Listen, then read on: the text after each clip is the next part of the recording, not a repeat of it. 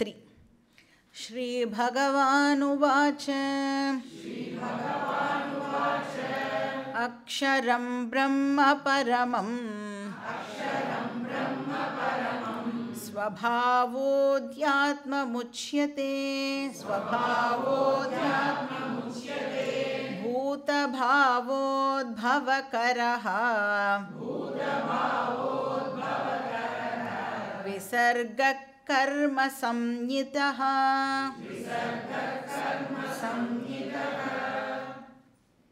இப்போ வந்து ஃபர்ஸ்ட் கேள்வி என்ன கேட்டான் அவன்? தத் பிரம்ம கிம் அப்படின்னு கேட்டான் இல்லையா? அப்போ கிருஷ்ணரும் வந்து அவன் எந்த ஆர்டரில் கொஸ்டின் கேட்டானோ அதே ஆர்டர்லேயே இப்போ அதுக்கு ஆன்சரையும் கொடுக்குறார்.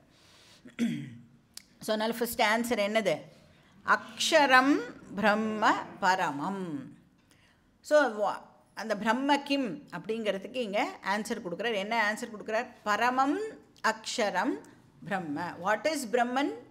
பரமம் அக்ஷரம் பிரம்ம அப்படின்னு ஆன்சர் கொடுக்குறார். அக்ஷரம் அப்படின்னா என்ன அர்த்தம்? அழியாதது அப்படின்னு அர்த்தம். அக்ஷரம் அப்படின்னா அழியாதது, இம்பெரிஷபிள். ந நஷ்யதி ந ஷரதி, எது ஒன்று அழியாததோ அதை நாம் அக்ஷரம் அப்படின்னு சொல்கிறோம். பரமம் அப்படின்னா இருக்கிறதுலேயே எது உயர்ந்ததோ, எது ஹையஸ்டோ, எது கிரேட்டஸ்டோ அது வந்து பரமம். ஸோ உயர்ந்த அழியாத தத்துவம் பிரம்ம. இதான் ஆன்சர். இப்போ வந்து ஏன் வந்து பரமம் அப்படிங்கிற ஒரு வார்த்தையும் சேர்த்து கிருஷ்ணர் சொல்கிறார் அப்படின்னா, அக்ஷரம் அப்படின்னா ஜென்ரலாக அக்ஷரம்னா என்னவோ அர்த்தம் ஆகும். ஏபிசிடி இருக்குல்ல, அ ஆ இ, அதுவும் வந்து அக்ஷரம் அப்படின்னு தான் சொல்லுவோம். சப்போஸ் நாம் வந்து அக்ஷரம்னா அந்த லெட்டர்ஸ் தான் பிரம்மன் அப்படின்னு தப்பாக நினச்சுட்டோன்னா, ஏன்னா அக்ஷர அபியாசம்லாம் பண்ணுவோம் இல்லையா? அப்போ என்ன பண்ணுவோம்? அ ஆ இ தானே எழுதுவோம். அந்த அக்ஷரம் தான் பிரம்மன்னு தப்பாக நினச்சுட்டா என்ன பண்ணுறதுங்கிறதுனால கிருஷ்ணர் இங்கே என்ன சொல்ல வேண்டியதாக இருக்குது? பரமம் அப்படின்னு ஒரு அட்ஜெக்டிவை வந்து ஆட் பண்ண வேண்டியதாக இருக்குது. அப்போது கிரேட்டஸ்ட்டு அழியாத தத்துவம். அப்போ அக்ஷரம்ங்கிறது இந்த இடத்துல ஆல்ஃபபெட்ஸை குறிக்காது. அப்போ வேறு என்ன மீனிங் அப்படின்னு பார்க்கும் பொழுது அழியாதது அப்படின்னு நம்மளால் வந்து அதை அண்டர்ஸ்டாண்ட் பண்ணிக்க முடியும். ஸோ எது ஒன்று அழியாததோ அதுதான் பிரம்மன்.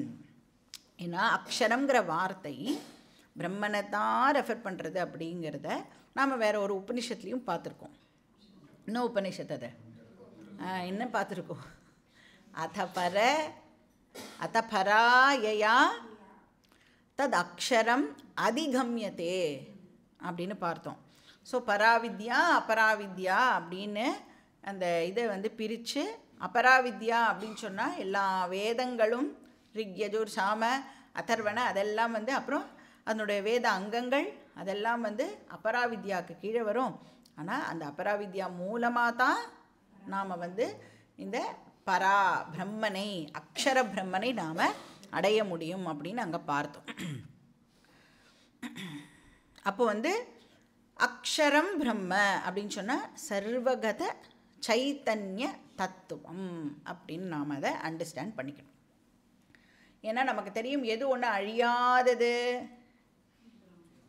கான்ஷியஸ்னஸ் வந்து அழியாதது. அதனால் இந்த இடத்துல அக்ஷரம் அப்படின்னா அந்த சைத்தன்ய தத்துவத்தை அது வந்து ரெஃபர் பண்ணுறது. இந்த ஜட தத்துவம் இருக்கே அது எப்படிப்பட்டது? அது வந்து அழியக்கூடியது. It is subject to decay and destruction. ஆமாம், சேஞ்ச் ஆகிறதுனால தான் அது வந்து டீகே ஆகுது, அதனால் அது அழிஞ்சும் போகிறது. ஸோ நம்மளுடைய உடம்பு வந்து அதனால ஜட தத்துவம் இல்லையா? நம்மளோட உடம்பு எவ்ரி மொமெண்ட் அது வந்து ஏதோ ஒரு வகையான மாறுதலை வந்து அது அண்டர்கோ பண்ணுறது. ஃபைனல் சேஞ்ச் என்ன இந்த உடம்புக்கு அப்படின்னா மரணம். அதுதான் வந்து ஃபைனல் சேஞ்ச். ஸோ இப்போ நம்ம 7th சாப்டரோட பாஷையிலேயே சொல்லணுன்னா, அபரா பிரகிருதிங்கிறது அழியக்கூடியது, பரா பிரகிருதி அப்படிங்கிறது அழியாதது, அக்ஷரம். ஸோ சைத்தன்ய தத்துவம் பரா பிரகிருதி அதுதான் பிரம்மன் அப்படின்னு இங்கே சொல்கிறார். பிரம்ம அப்படிங்கிற வார்த்தை வந்து பிருஹ் அப்படிங்கிற தாத்துலேருந்து வந்திருக்கு. அதான் அதனுடைய ரூட் வேர்ட். பிரம்ம அப்படின்னு சொன்னாலே தி பிக் அப்படின்னு அர்த்தம். அதுக்கு மேலே பெருசு ஒன்று கிடையாது. அப்போ இன்ஃபினிட் அப்படின்னும் நாம் வந்து அதை அர்த்தம் பண்ணிக்கலாம். இல்லை அனந்தம். அனந்தம்னா என்ன அர்த்தம்? அதுக்கு லிமிட்டே கிடையாது. அதை வந்து வேறு எந்த ஒரு வஸ்துவாலையும் லிமிட் பண்ண முடியாது. So limitless. பிரம்மன்னா லிமிட்லெஸ். ஸோ ஃபஸ்ட்டு குவெஸ்டினுடைய ஆன்சர் வந்து பிரம்மன்னா என்னன்னா பரமம் அக்ஷரம் அப்படின்னு ஒரு பதிலை இப்போது கொடுத்துட்டார். இப்போ இந்த பராபிரகிருதி தான் பிரம்மன் அப்படின்னு சொல்லியிருக்கார். ஸோ இப்போ பராபிரகிருதியை பற்றி கிருஷ்ணர் வந்து இங்கே எலாபரேட்டாக பேசுவாரா அப்படின்னு கேட்டால், இப்போ பராபிரகிருதியை பற்றி கிருஷ்ணர் இங்கே நம்மளுக்கு எலாபரேட்டாக சொல்ல மாட்டார். ஏன் சொல்ல மாட்டார்? ஏன்னா போன சாப்டரில் தான் கதறுன்னு கதறியிருக்கேன். அதனால் இந்த சாப்டரில் மறுபடியும் அதை பற்றி நான் சொல்ல மாட்டேன். பராபிரகிருதி பற்றி உனக்கு எதாவது தெரிஞ்சுக்கணும்னா நீ என்ன பண்ணணும்? 7th சாப்டரை போய் 3 வாட்டி கேட்கணும். ஸோ எந்த ஸ்லோகத்துலேருந்து எந்த ஸ்லோகம் வரைக்கும் 7th சாப்டரில் சொன்னார்? 4th to 10th பராபிரகிருதி. ஸோ இந்த டீச்சிங் இருக்கு இல்லையா, இப்போ இந்த சாப்டரோட டீச்சிங்கை கிருஷ்ணர் வந்து அக்ஷரம் அப்படிங்கிற வார்த்தையோடு ஆரம்பிக்கிறதுனால இந்த சாப்டருக்கு பேர் அக்ஷர பிரம்ம யோகம். இப்போ இந்த டைட்டிலுக்கான காரணமும் நம்ம ஜென்ரலாக பார்ப்போம் இல்லையா. இந்த சாப்டர் வந்து அக்ஷரம் பிரம்ம அப்படின்றதோடு ஆரம்பிக்கல. ஆனால் கிருஷ்ணருடைய டீச்சிங் அக்ஷரம் பிரம்ம அப்படிங்கிற வார்த்தையோடு ஆரம்பிக்கிறதுனால இந்த சாப்டருக்கு பேர் அக்ஷரம் பிரம்ம யோகம். நெக்ஸ்ட் என்னது? 2வது கேள்விக்கு ஆன்சர் பண்ணுறார். ஃபஸ்ட்டு 2வது கேள்வி என்னது? அத்தியாத்மம்னா என்ன?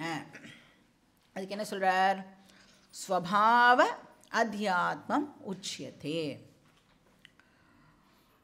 இப்போ வந்து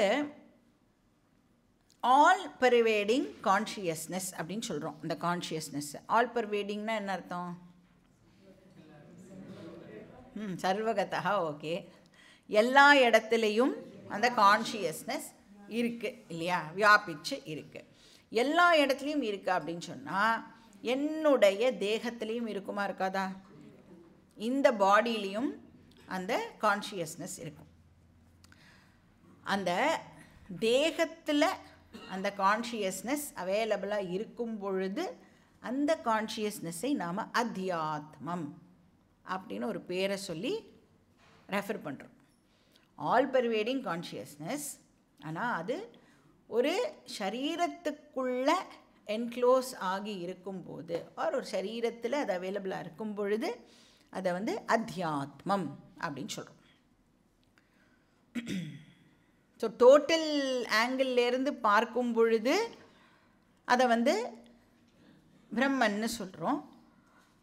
வியஷ்டி ஆங்கிள்லேருந்து ஒரு இண்டிவிஜுவல் ஆங்கிள்லேருந்து பார்க்கும் பொழுது அதை அத்தியாத்மம், ஆத்மா அப்படின்னு சொல்லுவோம் இல்லையா, அதை தான் இந்த இடத்துல அத்தியாத்மம் அப்படின்னு அண்டர்ஸ்டாண்ட் பண்ணிக்கணும்.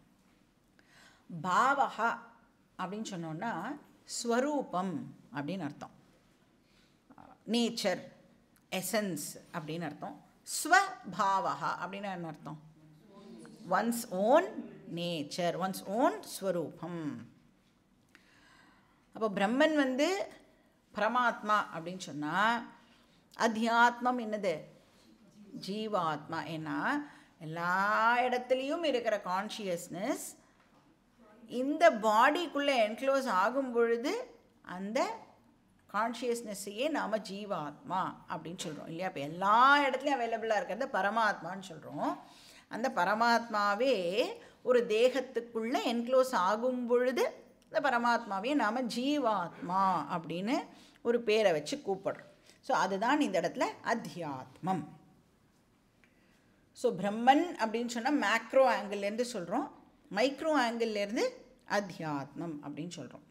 அது நம்ம ஏற்கனவே பார்த்துருக்கோம்ல. ஒரே ஒரு பர்சன், அந்த பர்சனை வீட்டில் வந்து டிஃப்ரெண்ட் ஆங்கிள்ஸ்லேருந்து வேறு பேர் வச்சு கூப்பிடுவா அப்படின்னு பார்த்துருக்கோம் இல்லையா. இப்போ வந்து ஒரு ஹஸ்பண்ட் இருக்கார் அப்படின்னா ஒய்ஃபுக்கு அவர் ஹஸ்பண்டு, ஆனால் அவருடைய அம்மாவுக்கு அவர் வந்து பையன், அவருடைய பையனுக்கு அவர் வந்து அப்பா. ஆனால் இருக்கிறது ஒரே ஆள் தான். எந்த ஆங்கிள்லேருந்து அந்த பர்சனை நாம் அப்ரோச் பண்ணுறோம் அப்படிங்கிறது பொறுத்து அதே பர்சனுக்கே டிஃப்ரெண்ட் நேம்ஸ் கிடைக்கிற மாதிரி இருக்கிறது ஏக சைத்தன்யம் தான். ஆனால் டோட்டாலிட்டி ஆங்கிள்லேருந்து அந்த சைத்தன்யத்தை நாம் பார்க்கும் பொழுது அதை பிரம்மன் அப்படின்னு சொல்கிறோம். அதே சைத்தன்யத்தை ஒரு இண்டிவிஜுவல் பர்சனோடைய ஆங்கிள்லேருந்து பார்க்கும் பொழுது அதுக்கு அத்தியாத்மம் அப்படின்னு பேர். ஸோ இது வந்து ஆங்கிள் டிஃப்ரென்ஸ் தான், ஆனால் இருக்கிறது ஒரே சைத்தன்யம். ஸோ இது வந்து ரெண்டாவது கேள்விக்கான ஆன்சரும் ஓவர். ஸோ அத்தியாத்மம் அப்படின்னு சொன்னால் ஒரு இண்டிவிஜுவல் சரீரத்தில் அவைலபிளாக இருக்கிற கான்ஷியஸ்னஸ். மூணாவது கேள்வி என்னது? கர்மனா என்ன? கிம் கர்ம? என்ன சொல்கிறார் கிருஷ்ணர்? பூதபாவோத்பவகரஹ. பூதபாவ உத்பவ கர விசர்கா. பூதபாவ உத்பவ கர விசர்கா. விசர்கா அப்படின்னு சொன்னால் எல்லா விதமான ஆக்ஷன்ஸ் அப்படின்னு அர்த்தம். Activities, transactions. நான் பண்ணுற எல்லா விதமான கர்மா ஆக்ஷன்ஸ் அப்படின்னு அர்த்தம். எது வந்து என்னுடைய ஃப்யூச்சரை டிசைட் பண்ண போகிறதோ, எது என்னோடய ஃப்யூச்சரை டிசைட் பண்ண போகிறது? நான் என்னெல்லாம் டிரான்சாக்ஷன் பண்ணுறேனோ, நான் டெலிபரேட்டாக என்னெல்லாம் டிரான்சாக்ஷன் பண்ணுறேனோ அதுதான் என்ன பண்ண போகிறது? எந்த பாவனாவோட நான் வந்து டிரான்சாக்ஷன்லாம் பண்ணுறேனோ அதுக்கேற்ற மாதிரி தான் என்னுடைய ஃப்யூச்சர் வந்து அமைய போகிறது இல்லையா? அதனால் விசர்கா அப்படின்னு சொல்லும் பொழுது எல்லா விதமான ஆக்ஷன்ஸையும் ஆக்டிவிட்டீஸையும் அது வந்து குறிக்குது. அப்போது இங்கே வந்து என்ன சொல்கிறார் கிருஷ்ணர்? வாட் இஸ் கர்மா அப்படின்னு கேட்கும் பொழுது எந்த ஆக்டிவிட்டீஸ் எல்லாம் என்னுடைய ஃப்யூச்சரை க்ரியேட் பண்ண போகிறதோ, என்னெல்லாம் டிரான்சாக்ஷன்ஸ் என்னுடைய ஃப்யூச்சரை க்ரியேட் பண்ண போகிறதோ அதுக்கு பேர் கர்மா அப்படின்னு சொல்கிறேன்.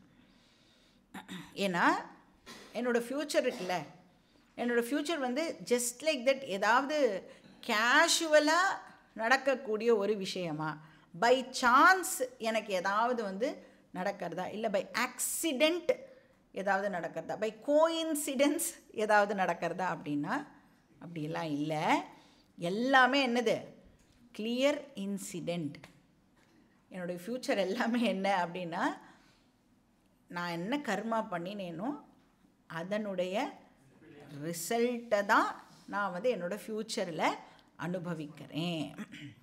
இப்போ வந்து நான் ஒரு ஹியூமன் பீயிங்காக பிறந்திருக்கேன் அப்படின்னு சொன்னால் சும்மா பகவான் வந்து போனால் போகிறது, போன ஜென்மத்தில் வந்து நாயாக இருந்துட்டேன், இந்த ஜென்மத்தில் போனால் போகிறது, உனக்கு வந்து நான் மனுஷ ஜென்மா கொடுக்குறேன்னு கொடுக்குறாரா அப்படின்னா இல்லை. இந்த மனுஷ ஜென்மாவை நான் தான் ஏர்ன் பண்ணியிருக்கேன். நான் பண்ணின கர்மாவை பேஸ் பண்ணி அதனுடைய ரிசல்ட்டாக பகவான் வந்து இப்போ இந்த ஜென்மாவை எனக்கு மனுஷ ஜென்மாவாக கொடுத்துருக்கார். அப்போ பாஸ்ட் கர்மாவோட ரிசல்ட்டாக எனக்கு இந்த ஸ்பெசிஃபிக் ஃபிசிக்கல் பாடி வந்து கிடச்சிருக்கு. அப்புறம் இந்த அப்பா அம்மாவுக்கு தான் பிறக்கணும், அதுவும் எது பேஸ் பண்ணி? அதுவும் என்னுடைய கர்மாவை பேஸ் பண்ணி. இந்த என்விரான்மெண்ட்டில் தான் நான் வளரணும், அது எது பேஸ் பண்ணி? அதுவும் என்னுடைய கர்மாவை பேஸ் பண்ணி. அப்போ இண்டிவிஜுவல் பர்த் இருக்கே, it is because of the individual karma. அப்போது இந்த ஹியூமனிட்டியுடைய பர்த்து எதை பேஸ் பண்ணியிருக்கோம்? ஹியூமனிட்டியுடைய கர்மாவை பேஸ் பண்ணி ஹியூமனிட்டியுடைய பர்த் இருக்கும். ஸோ பூத பாவஹா, பாவஹா அப்படின்னு சொன்னால் எக்ஸிஸ்டன்ஸ், இருக்கிறது அப்படின்னு அர்த்தம். உத்பவகரஹா அப்படின்னா இந்த எக்ஸிஸ்டன்ஸை எது ஒன்று வெளியில் கொண்டு வருதோ, உத்பவஹா அப்படின்னு என்ன அர்த்தம்? வெளில வருது அப்படின்னு அர்த்தம். பூதபாவ உத்பவகர, எது ஒன்று இந்த லிவிங் பீயிங்ஸுடைய எக்ஸிஸ்டன்ஸை வெளியில் கொண்டு வருதோ, எது கொண்டு வருது? கர்மா தான் நம்மளுடைய ஜென்மாவை கொண்டு வருது. அப்போது இது வந்து வெறும் ஹியூமன்ஸுக்கு மட்டும்தானா? என்னெல்லாம் ஜீவராசிகள் இருக்கோ அத்தனை ஜீவராசிகளும் இப்போ வந்து ஒரு நாய் இருக்குன்னா அதுக்கு ஏன் நாய் சரீரம் கிடச்சிருக்கு? அதனுடைய கர்மாவை பேஸ் பண்ணி தான் அதுக்கு நாய் சரீரம் கிடச்சிருக்கு. ஒரு பூனை இருக்குன்னா அதனுடைய கர்மாவை பேஸ் பண்ணி. ஒரு ஒரு மஸ்கிட்டோ இருக்குன்னா கூட அதுக்கு கூட ஏன் அந்த சரீரம் கிடச்சிருக்கு? அது போன ஜென்மத்தில் மனுஷனாக கூட இருக்கலாம். இப்போ அது வந்து இப்போது யாரோ அடித்து செத்து போயிடுதுன்னு வச்சுக்கோங்க, நெக்ஸ்ட்டு ஜென்மம் மனுஷ ஜென்மாவாக கூட அது பிறக்கிறதுக்கு சான்ஸ் இருக்குது. இல்லை ஒரு மரமாக அது நெக்ஸ்ட்டு ஜென்மாவில் பிறக்கலாம். அப்போ இதெல்லாம் எதனால் அப்படின்னா பிகாஸ் ஆஃப் கர்மா. அப்போ கர்மா அப்படிங்கிறது என்னோடய பாடியை மட்டும் டிசைட் பண்ணலை, என்னோடய பேரண்டேஜை மட்டும் டிசைட் பண்ணலை, என்னோடய என்வாயர்மெண்ட்டையும் அதுதான் டிசைடு பண்ணுறது. அதனால தான் சில பேருக்கு வந்து நல்ல பேரண்ட்ஸ் இருப்பா, சில பேருக்கு வந்து கொஞ்சம் சோசோ பேரண்ட்ஸாக இருப்பா. அப்புறம் சில பேர் வந்து அந்த பிறக்கும்போதே பார்ன் வித் சில்வர் ஸ்பூன் அப்படின்னு சொல்லுவாள். சில பேர் பாவம் அவளோட என்வாயர்மெண்ட் வந்து அவளுக்கு நல்லபடியாக அமையாது. அதுக்கெல்லாம் யார் காரணம்? பகவான் காரணம் இல்லை. எல்லா பழியையும் தூக்கி பகவான் மேலே போடக்கூடாது. இப்போ நான் இப்படி இருக்கேன்னா அதுக்கு யார் காரணம்? நானே தான் அதற்கு காரணம். ஏன்னா கர்மா என்ன பண்ணியிருக்கோமோ அதுக்கு என்ன ரிசல்ட் அதை தான் பகவான் வந்து கொடுக்க முடியுமே ஒழிய, பகவான் டிசைட் பண்ணி நீ கஷ்டப்படு, நீ சந்தோஷமாக இரு அப்படின்னுலாம் பகவானால் வந்து அதெல்லாம் டிசைடே பண்ண முடியும். அப்போ இந்த என்டையர் க்ரியேஷனை எடுத்துட்டோம் அப்படின்னு சொன்னால், இப்போ இந்த ப்ரெசண்ட் க்ரியேஷன் இருக்குல்ல, இது எதனால் கிடச்சிருக்கும்? பாஸ்ட் கர்மானால் இந்த ப்ரெசண்ட் க்ரியேஷன் இப்போ இருக்குது. இப்போ பாஸ்ட் க்ரியேஷன் அதுக்கும் முன்னாடி நான் பண்ணின பாஸ்ட் கர்மானால். ஃப்யூச்சர் க்ரியேஷன் இப்போ நான் பண்ணுற ப்ரெசண்ட் கர்மானால். அதனால் what is karma? What is karma? சிருஷ்டி காரணம் கர்மா. இப்போ இந்த ப்ரெசண்ட் சிருஷ்டி பாஸ்ட் கர்மானால், பாஸ்ட் சிருஷ்டி அதுக்கும் முன்னாடி பாஸ்ட் கர்மானால், ஃப்யூச்சர் சிருஷ்டி எதனால் இருக்க போகிறது? ப்ரெசண்ட் கர்மானால். அதனால் வாட் இஸ் கர்மா? சிருஷ்டி காரணம் கர்மா. ஜென்ரலாக நான் என்ன சொல்லுவோம்? சிருஷ்டி காரணம் ஈஸ்வரா அப்படின்னு சொல்லுவோம்ல. ஆனால் ஆக்சுவலி ஸ்பீக்கிங் எது சிருஷ்டிக்கு காரணம் அப்படின்னா கர்மா. ஏன்னா பகவான் வந்து இப்போ இந்த க்ரியேஷன் பண்ணணும் அப்படின்னு சொன்னால் எதை பேஸ் பண்ணி இதை க்ரியேட் பண்ணுவார்? இப்போ நமக்கு வந்து நான் ஒரு பர்டிகுலர் வீட்டில் பிறக்கணும், நீங்கள் வேறு ஒரு பர்டிகுலர் வீட்டில் பிறக்கணும் அப்படின்னா எதை பேஸ் பண்ணி பகவானால் கரெக்டாக அதை அப்படி பண்ண முடியாது அப்படின்னா அந்த கர்மாவை பேஸ் பண்ணி தான் சிருஷ்டியே வந்து நடக்கிறது. சும்மா ஜஸ்ட் லைக் தட் பகவான் நினச்சார் சிருஷ்டி வந்துடுமானா அது நினைக்கிறது இருக்குல்ல. அதனால தான் நம்ம வந்து ஈக்ஷத்தே அப்படின்னும் பொழுது அந்த ஈக்ஷத்தேங்கிற வார்த்தைக்கு வந்து லா ஆஃப் கர்மா படி பகவான் வந்து இந்த கிரியேஷனை பண்ணுறார் அப்படின்லாம் உபநிஷத்தில் வந்து படிக்கிறோம். கர்மா இல்லாமல், அதாவது இப்போ ஈஸ்வரா வந்து கிரியேட் பண்ணுறான்னு சொன்னால் ஜீவாவோட ஹெல்ப் இல்லாமல் பகவானால் வந்து வேர்ல்டை கிரியேட் பண்ண முடியாது. ஜீவா எப்படி ஹெல்ப் பண்ணுறான் பகவானுக்கு? நிறைய கர்மா பண்ணி ஈஸ்வராவுக்கு நன்னா ஹெல்ப்லாம் பண்ணி அவர் வந்து அதுக்கு ஏற்ற மாதிரியான ஒரு வேர்ல்டை வந்து நமக்கு அந்த கர்ம பலனை அனுபவிக்கிறதுக்கு ஒரு என்வாயர்மெண்ட்டை பகவான் வந்து நமக்கு கிரியேட் பண்ணி தரார். அதனால் ஜாயிண்ட் கொலாபரேஷன்லாம் சொல்லுவோம்ல, ஜாயிண்ட் வெஞ்சர் பிட்வீன் ஈஸ்வரா அண்ட் ஜீவா தான் வந்து இந்த சிருஷ்டி. புண்ணியேன புண்ணியலோகம் பவதி, பாப்பேன பாபலோகம் பவதி, உபாபியாமேவ மனுஷ்ய லோகம். நிறைய புண்ணியம் பண்ணியிருந்தோன்னு வச்சுக்கோங்க, இங்கே வந்து நம்மளால் வந்து அந்த புண்ணியத்தெல்லாம் எக்ஸாஸ்ட் பண்ண முடியுமா? இப்படி புண்ணியம் இப்படி 2 நிமிஷம் சிரித்தா 3ஆவது நிமிஷம் வந்து அழறா மாதிரி ஏதாவது ஒரு விஷயம் நமக்கு இங்கே நடக்கிறது. இப்போ நான் எக்ஸ்ட்ரீமாக நிறைய புண்ணியம் பண்ணியிருந்தேன்னா இந்த லோகம் எனக்கு உகந்த லோகம் இல்லை. அதனால் நான் இப்போ எனக்கு பகவான் எதை க்ரியேட் பண்ணியிருக்கணும்? ஹையர் லோகாஸ், எங்கே வந்து நான் துக்கமே, அதாவது பாப்பத்தை நான் எக்ஸாஸ்டே பண்ண மாட்டேனோ அந்த மாதிரியான லோக்கத்தை எனக்கு பகவான் வந்து அது ப்ரொவைட் பண்ணியிருந்தால் தான் என்னால் வந்து புண்ணியத்தை மட்டும் அங்கே எக்ஸாஸ்ட் பண்ண முடியும். இப்போ 14 லோக்கங்களை வந்து பகவான் க்ரியேட் பண்ணுறார் அப்படின்னு சொன்னால் புண்ணியத்தெல்லாம் க்ஷயம் பண்ணுறதுக்கு சில லோக்கங்கள் இருக்குது. வெறும் பாப்பத்தை மட்டும் க்ஷயம் பண்ணுறதுக்கு சில லோகங்கள் இருக்குது. பாப்பம் அண்ட் புண்ணியம் மாறி மாறி க்ஷயம் பண்ணுறதுக்கு இந்த பூலோகம் பகவான் வந்து நமக்கு கொடுத்துருக்கார். அப்போது பூதபாவ உத்பவ கர விசர்கா கர்ம சம்யுதா. அப்போ கர்மா அப்படின்னா எது ஒன்று சிருஷ்டிக்கு காரணமாக இருக்கோ அதுக்கு பேர் கர்மா. எது வந்து ஹியூமனிட்டியோட எக்ஸிஸ்டன்ஸுக்கே காரணமாக இருக்கோ, எது ஒன்று ஜீவராசிகளுடைய எக்ஸிஸ்டன்ஸுக்கே காரணமாக இருக்கோ அதுக்கு பேர் கர்மா. ஸோ இதோட வந்து 3 கேள்விகளுக்கு ஆன்சர் வந்தாச்சு.